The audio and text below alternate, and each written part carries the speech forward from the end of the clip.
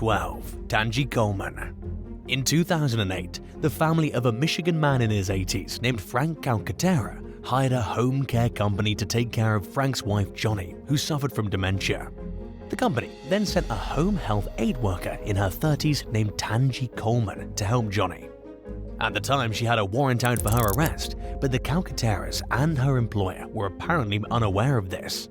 Court documents would later claim that Johnny's jewelry began to disappear almost immediately, along with the small fortune Frank had amassed through years of hard work. When all was said and done, estimates would put the losses at somewhere between $500,000 and $1.5 million. According to the Detroit Free Press, by the time Johnny passed away in a nursing home in early 2012, Coleman and her mother were living in the Calcaterras' lakefront residence, and Frank had started sleeping in the basement. Several months later, Frank, who was 86 years old at the time, married Coleman in Ohio without his family knowing about it. Coleman was 35 and had finalized her divorce from a previous husband 2 weeks before her marriage to Frank. The senior citizen later said that Coleman told him he needed to marry her because she was waiting for a lawsuit settlement, but couldn't be paid until she had someone to help her oversee the money due to her poor financial decisions. However, journalists from the Detroit Free Press failed to find any record of such a lawsuit ever existing. By the time Coleman and Frank married, at least 2 complaints detailing suspected financial exploitation had been filed with Adult Protective Services.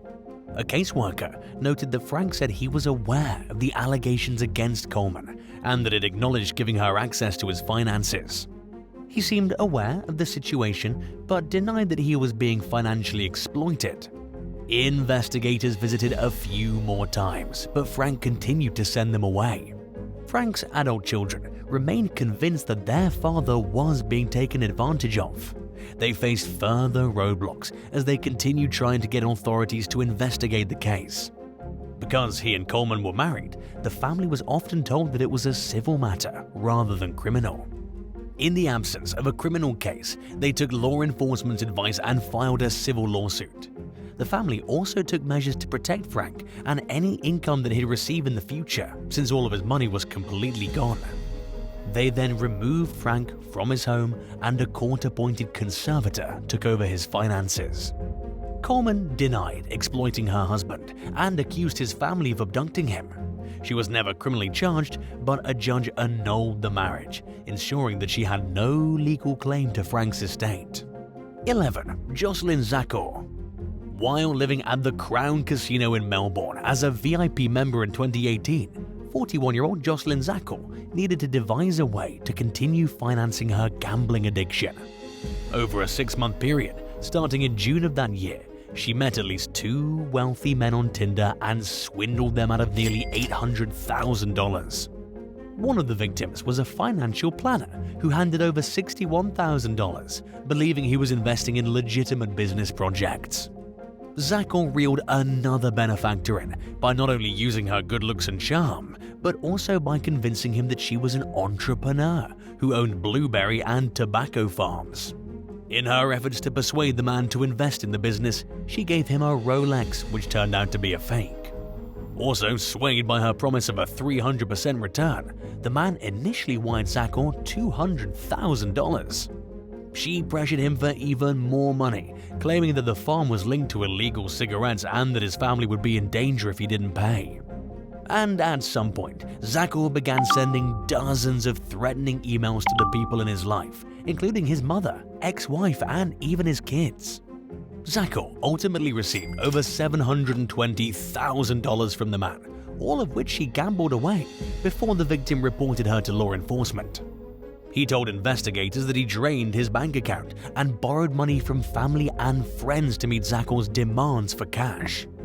In cooperation with law enforcement, the man made plans to meet Zackor for dinner, at which point detectives descended on the scene and took her into custody. During police questioning, she acknowledged that she gained a lot of money and squandered it at the casino. She said she regretted the fact that she didn't make any wise investments and that she didn't even buy any assets with the funds. But Zackor denied using Tinder specifically as a hunting ground for rich men to take advantage of, and she expressed a blatant lack of remorse for her crimes. In fact, she even blamed the victim, who reported her for being stupid enough to believe her stories and give her money. The extortion that authorities actually know about reflects just a fraction of the $24 million Zackor gambled away over a 2-year period starting in 2016. She pleaded guilty to fraud, extortion, deception, and blackmail charges, and she was sentenced to 4 years and 8 months in prison. Zackor appealed her sentence though, arguing that it was excessive for the nature of her crimes and that the prosecution overemphasized and misrepresented her use of Tinder to allegedly find victims. Not surprisingly, the court rejected the appeal. According to the most recent update, Zackor has repaid at least a tenth of the money she owes to her victims. 10. Fatima Williams. While shopping at Costco in late 2010, an 89-year-old widower from Florida named Jack Adler met a woman in her early 40s named Fatima Williams. They soon began going on lunch dates and shopping trips several times a week at Adler's expense, and these outings typically involved stopping at a bank or ATM to withdraw money. Over an 11-week period, Adler withdrew more than $129,000. He took as much as $800 from the ATM during each visit and wrote checks for up to $60,000 at a time. According to court records, he suffered from an age-related cognitive disability, suggesting that he may not have been fully aware that he was being swindled by someone who likely had no interest in having a genuine relationship with him. Adler's son, Alan, told the South Florida Sun-Sentinel that his dad's mental decline wasn't really noticeable at first. He didn't show typical signs of dementia, like forgetfulness, but the disease affected his judgment. Alan was unaware of his dad's relationship with Williams until the elder Adler told him that he was no longer driving and that he relied on his girlfriend to take him places. During the conversation, he couldn't remember Williams' full name. Suspecting his father might have fallen victim to a scam artist, Alan and other family members looked into Adler's finances and realized right away that there was definitely a problem. At his son's urging, Adler called Williams while Alan listened in and asked her if she'd taken money from his bank account. Williams allegedly replied by asking if the bank had called Adler or if his family was asking him about his finances. Adler told Williams that his family had asked, and that they were with him at that very moment. She then admitted to taking money from his bank account and said, "You told me I could take money out anytime I wanted, remember?" Long story short, the authorities got involved and Williams pleaded no contest to 1 count of elderly exploitation. She was sentenced to 2 years of probation and paid $60,000 back to Adler per the court's orders. Williams allegedly struck again 5 years later in 2016 when she was accused of exploiting another 89-year-old man in Boca Raton. The senior citizen, who had no family to speak of, was residing in a living-assisted facility at the time. But there were people looking out for him, including an administrator at his residence and a bank manager who called the state's abuse hotline. The allegations dated as far back as 2013, when a staff member at the facility accused Williams of trying to control who visited the man. She also allegedly wanted any mention of dementia wiped from his file and wanted to have other involvement in his care that made employees question her motives, especially as a non-relative. And in 2014, a bank employee became concerned because Williams was reportedly trying to add herself to the man's account. The banker was well acquainted with the man and found the situation highly questionable, given his history of being extremely watchful over his finances and his noticeable mental decline in recent years. At some point during a 3-year period, Williams became his power of attorney. The Broward County Sheriff's Office accused Williams of persuading the man to sign the agreement while knowing that he was unable to consent due to his condition. According to authorities, Williams obtained more than $385,000 worth of goods and cash, including a BMW. When she learned that the man's finances were under investigation, she allegedly got rid of the BMW and settled for a less conspicuous Hyundai. A warrant for Williams' arrest was issued in 2015, but she was hard to find. She wasn't put into handcuffs until the following year when her casino card alerted security that there was possibly a wanted person in the building. Williams' lawyer told the Sun-Sentinel that his client didn't exploit the alleged victim and that he was confident she'd be exonerated of the charges she faced, but the outcome of the case is unclear. 9. Patrick Giblin. Depending on which dating profile he was using at any given time, Patrick Giblin claimed he was either a state lottery commission employee or involved in the casino business. He placed himself at a beachfront home in New Jersey and said he had connections to cheap flights through his brother, who he claimed was a United States Airways executive. But anyone can say anything online, and according to federal investigators, none of what Giblin advertised about himself was true. In addition to deceiving women into thinking he was successful, he depicted himself as a down-to-earth type whose money hadn't gone to his head and who looked past appearances because he valued a connection over looks. He also claimed that he hoped to find the right woman for a committed long-term relationship. It's true that Giblin looked past appearances, but not for any respectable reason. It was all just a scheme to get money, and unfortunately it was very successful. Over more than 20 years, he swindled hundreds of thousands of dollars out of dozens of women across the US. According to the New York Times, Giblin targeted emotionally vulnerable victims who longed for companionship, including single mums, disabled women, widows, and at least one woman who'd recently lost a child.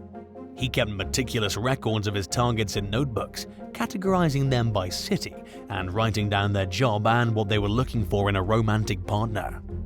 During phone calls with victims, Giblin promised to relocate in order to be with them after they wired him some money. Many took the bait despite the fact that he touted himself as wealthy. Giblin first served time for his financial crimes in 2007 after being convicted of wire fraud and was sentenced to 9.5 years in federal prison. An Ohio woman had willingly wired him $450. She initially refused to send more money the next time he asked, but caved when he threatened and intimidated her. Altogether, she sent Giblin 4 payments totaling more than $6,800. She was just one of 50 or more victims Giblin admitted to targeting between 2000 and 2005. And as part of a plea agreement, he admitted to swindling somewhere between $200,000 and $400,000 from women during that time period. The smooth-talking convict returned to federal prison a few years later for another fraud conviction stemming from his romance scams. But he escaped custody in 2020 while being transferred between facilities. During his time on the run, he resumed his swindling activities. Luckily though, he was recaptured in Atlantic City, New Jersey after eluding authorities for 9 months. And as a result, he was hit with a handful of new charges. In an interview with the Daily Beast, Giblin admitted to being a career scammer. He blamed his gambling addiction and expressed remorse, yet described his crimes as thrilling and exciting in the same sentence. In the end, he pleaded guilty to escaping from custody and wire fraud in late 2022 and was sentenced to 5.5 years in prison. 8. Tracy Smith. In April 2023, a confused young man reported an uncomfortable situation with his school principal, which he said had developed over months of daily one-on-one tutoring sessions at an exclusive private school in Coral Springs, Florida. According to the teen, he started visiting 43-year-old Tracy Smith regularly for help with his schoolwork, oftentimes spending the entire school day in her office. During their time together, they discussed their family issues and other aspects of their personal lives that teachers and students don't typically talk about with each other. And at some point, they allegedly began exchanging text messages and talking on Snapchat, where the conversation became intimate.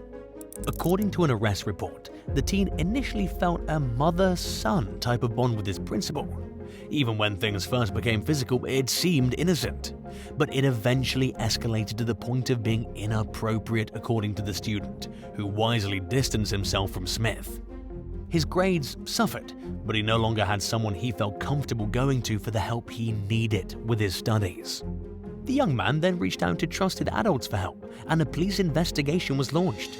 After concluding that there was enough evidence to pursue a case, authorities charged Smith in connection with the complaint. She remains free on a $25,000 bond, but she's been banned from contacting the student and going near the school while court proceedings commence. 7. Kernan Major. Career fraudster Kernan Major began swindling people in his hometown of Auburn, New York, when he was in his 20s. He went on to become a serial scammer who conned an unknown number of victims across the United States out of at least a six-figure sum. An acquaintance told the Daily Beast that during the early days of Major's criminal activity, he seemed to target young peers from affluent families in the area where he grew up. He took as much as $10,000 from each victim for what he claimed were legitimate business investments, and in some cases provided them with a financial contract. According to the acquaintance, most people only saw their money back when their parents confronted Major's parents, who reportedly bailed him out and repaid the funds on their son's behalf. It would be a long time, and a lot more damage would be done to people's lives before Major was held accountable for at least some of his crimes.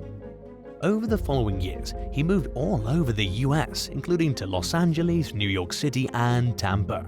He made money by posing as a businessman on social media and convincing strangers to invest in his non-existent projects. A former classmate who spoke with the Daily Beast described Major as well-spoken and convincing, but his image of being wealthy was a facade, according to the acquaintance, and years of living a lie eventually caught up with him. After being discharged from the US Marines in 2015 for reasons that remain suspiciously unclear to this day, Major began a real estate investment scheme. He recruited investors on social media and at hotel conferences he hosted across the country, promising large returns and selling the image of an upscale lifestyle as part of his strategy to get people on board. According to some individuals who knew him, Major mainly targeted women and young people in general who were attracted to the idea of becoming a wealthy hotshot. Posing as a jet-setting playboy and a savvy young entrepreneur with a seemingly endless stream of disposable income, he served as a walking advertisement for his illegal activities. As more and more people failed to see the high returns that were promised or even their original investment back, they began to call Major out online in a bid to warn others against giving him their money. Many claim that he'd harassed, intimidated, and even threatened them when they asked for their money back. In one complaint filed with the Better Business Bureau, an investor accused Major of duping them out of more than $17,000 and of targeting military members, including active duty soldiers and veterans. In 2022, a federal warrant was issued for Major's arrest following an investigation into criminal complaints filed by two women who claimed that he'd conned them out of a combined $128,000. According to court documents, Major initially deceived the women into giving him money and buying things for him, claiming that he was a CIA agent and couldn't carry out financial transactions in his own name due to national security concerns. One victim told the FBI that Major flew her out to California with the promise of a high-paying job. However, she never got the opportunity to do any of the work in the job description and never received a single paycheck. Meanwhile, she drained her savings and maxed out her credit card, financing Major's lifestyle as he continued to claim that his identity needed to be protected. When they finally cut him off and tried to stop talking to him, he allegedly threatened and harassed them incessantly. The woman, who'd relocated to California at Major's urging, reported receiving hundreds of phone calls a day after she stopped talking to him. It continued for over a year and also affected the victim's family. And at one point, her father received an email demanding that his daughter call Major or his life would be turned upside down. But this was rather mild compared to some of the other death threats he sent to his victims. Major took a similar approach with the second victim, claiming he was a CIA operative and needed money to avoid conducting business with his own identity. He took her to phony meetings where they were supposed to talk with important people, but nobody ever showed up. Much like the first woman, the second woman drained her savings supporting Major's lifestyle. When she went broke, he urged her to ask her parents for money. And when she disentangled from Major, he embarked on a cruel harassment campaign against her. The threats finally stopped when Major was picked up on warrant in Iowa during the summer of 2022. He pleaded guilty to 2 counts of making threats via interstate communication and was sentenced to 21 months in prison, followed by 3 years of post-release supervision. 6. Blind man loses everything. Lured by the promise of opportunity, a blind man traveled from Little Rock, Arkansas to Jackson, Michigan in early 2023 hoping for a fresh start. But he was robbed of all his belongings, including his phone and wallet, and became stranded with nothing but the clothes on his back after spending what little money he had on a hotel room. After going more than 2 days without eating and becoming unable to afford another night at the hotel, the man reached out to law enforcement for help. Jackson County Sheriff Sergeant Tom Freeman responded to the call. When he learned of the man's plight, he offered to purchase a bus ticket for him, as well as some food and water. The out-of-towner was incredibly grateful for Freeman's generosity. And after buying a Greyhound ticket to Lima, Ohio, where the man said he had family who could help him, Freeman spoke with the bus driver to ensure that he'd reach his destination safely. The driver, who happened to be a retired police officer, reassured Freeman that he'd look after him. To Freeman, it was no big deal to help someone in need. In fact, he didn't even mention it to his colleagues. But when Sergeant Brian Hunlocker noticed the ticket receipt pulled up on a computer at the station, he was curious. So he asked the fellow sergeant about the ticket, and Freeman explained the situation. This came as no surprise to members of the police department though. As it turned out, it was just one of several times Freeman had paid out of his own pocket to ensure that a vulnerable civilian's basic needs were met. He told local station WILX that while it may not be a specific requirement of his job, he loves his community and believes in doing what he can to help fellow humans in need. 5. Madison Brooks. 19-year-old Louisiana State University student Madison Brooks was served alcohol at a bar in Baton Rouge one evening in January 2023, despite her being underage. Surveillance footage would later show her stumbling, falling, and struggling to stand up in what appeared to be a visibly intoxicated state. Sometime between 1 and 2 a.m., the young woman was seen leaving the bar with 4 men she'd met that evening. Just an hour or 2 later, Madison was fatally struck by a car. She'd been left alone in the middle of a road, and her blood alcohol content was nearly 4 times the legal limit. What at first seemed like an unfortunate tragedy was soon labeled a crime by the East Baton Rouge Sheriff's Office, who accused 4 suspects of assaulting Madison in a vehicle and dumping her onto the pavement like trash. 18-year-old Kaysen Carver, 18-year-old Kayvon DeAndre Washington, 28-year-old Everett Lee, and an unnamed 4th suspect now face various charges in connection with the incident. Under the definition of the crime that 2 of the men are accused of, a victim is considered too incapacitated by drugs or alcohol to consent to physical relations, and a perpetrator is aware of the victim's inability to consent.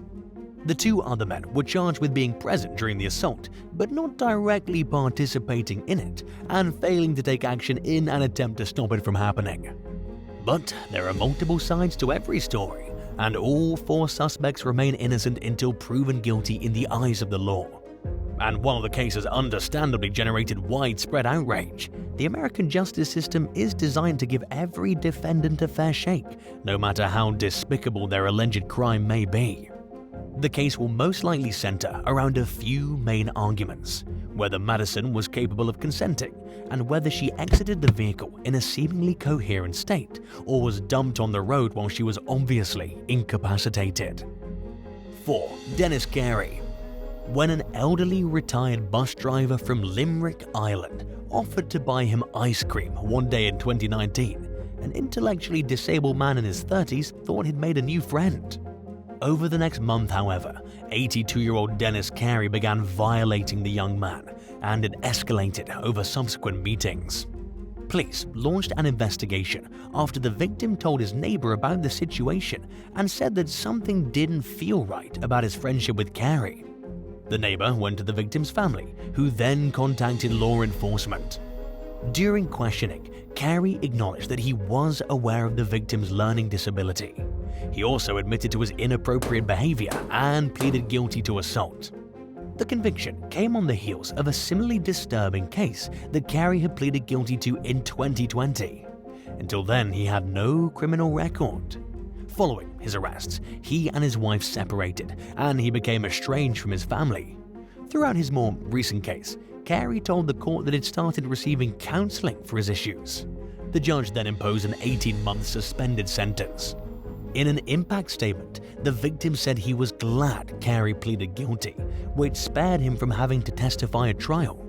He described feeling too scared to speak up and suffering from flashbacks of the abuse, and thanked the police and other people who helped him come forward and listened without judging. 3. Brian Lynch. A sheriff's deputy from Onondaga County, New York, is facing career-threatening criminal charges after a woman filed a complaint accusing him of taking advantage of her when she was in a distressed state. It all started in March of 2023, when the woman called the police to report that her ex-boyfriend had stolen her car during an argument.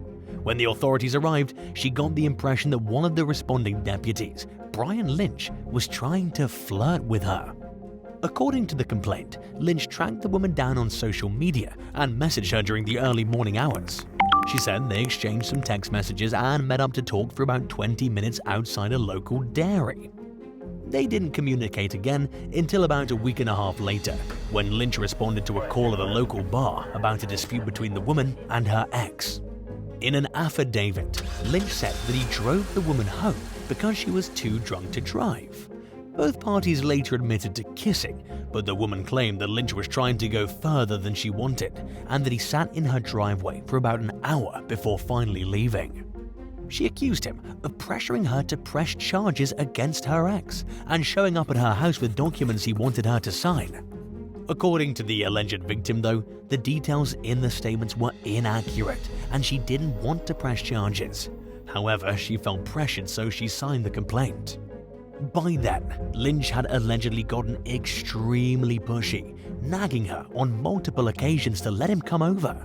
One night while she was out, her doorbell camera alerted her to footage of what appeared to be Lynch trying to break into her house after she told him she wouldn't be home. Lynch apologized for damaging the front door while trying to break in with a knife and said that he was only planning to wait for her until she got home so they could hang out. Because Lynch was a cop, the woman was scared of the potential repercussions she might face for reporting him. She had a friend report the break-in, but ultimately decided to go to Lynch's superiors herself and express her concerns. Lynch now faces charges of criminal mischief and official misconduct, and is on unpaid leave pending the outcome of the case. 2. Peaches Sterno. A Holocaust survivor in his 80s went online looking for love in 2017 and met a 36-year-old Florida woman named Peaches Sterno, who didn't wait long before asking to borrow money she most likely had no intention of repaying. Sterno told the victim that she'd won a lawsuit settlement but needed to pay her lawyer before the funds would be released. She continued to spin tall tales over the next 4.5 years as she drained the senior citizen of his life savings. At one point, the romance fraudster created a phony email address and presented the victim with fake TD Bank invoices to make the scam look legitimate. Altogether, Sterno swindled the victim out of more than $2.8 million, which came in the form of 62 personal checks that were deposited into her bank accounts. She then spent the ill-gotten funds on a Corvette, a boat, Rolex watches and other designer duds, lavish vacations, and a house in a gated community. Meanwhile, the victim went flat broke and lost his apartment. Federal authorities eventually caught up with Sterno, who pleaded guilty to one count of wire fraud. She was ordered to pay $2.8 million in restitution and to forfeit more than 100 luxury items she bought with the victim's money. Sterno now faces up to 20 years in prison and is scheduled to be sentenced in July of 2023. 1. Sararat Rangsu. In what's been described as one of Thailand's worst ever suspected serial killer cases, a pregnant woman named Sararat Rangsu allegedly poisoned as many as 15 people with cyanide after swindling them out of large amounts of money. According to authorities, the married mother-to-be first fell under their radar in April 2023 after her friend mysteriously collapsed and died during an outing together. They have evidence suggesting that she may have claimed her first victim in 2020, but they believe she may have killed before then. Investigators claim that Sararat had a lot of debt and financial problems. She borrowed money from friends and acquaintances, and when they started pushing for repayment, she began murdering them. Sararat is accused of persuading her unsuspecting lenders to take one of her herb capsules, which in reality was a cyanide tablet, and after killing them she stole their valuables. For now, she faces 14 counts of premeditated murder. In addition to the victims who died, a 15th victim survived being poisoned. Police believe Sararat may have killed others that they don't know about and are hoping anyone with information comes forward. During the investigation, law enforcement questioned Sararat's ex-husband, a high-ranking policeman named Vitun Rangsu. The couple had recently divorced but were still living together at the time of her arrest, and so Vitun was charged with fraud and embezzlement in connection with the killings. Would you rather lose your savings to a smooth-talking swindler or misplace a lottery ticket worth twice as much? Let us know in the comments below. And if you enjoyed this video, be sure to leave a like and subscribe to the channel if you're new here. Thanks for watching, and we'll see you next time. Bye.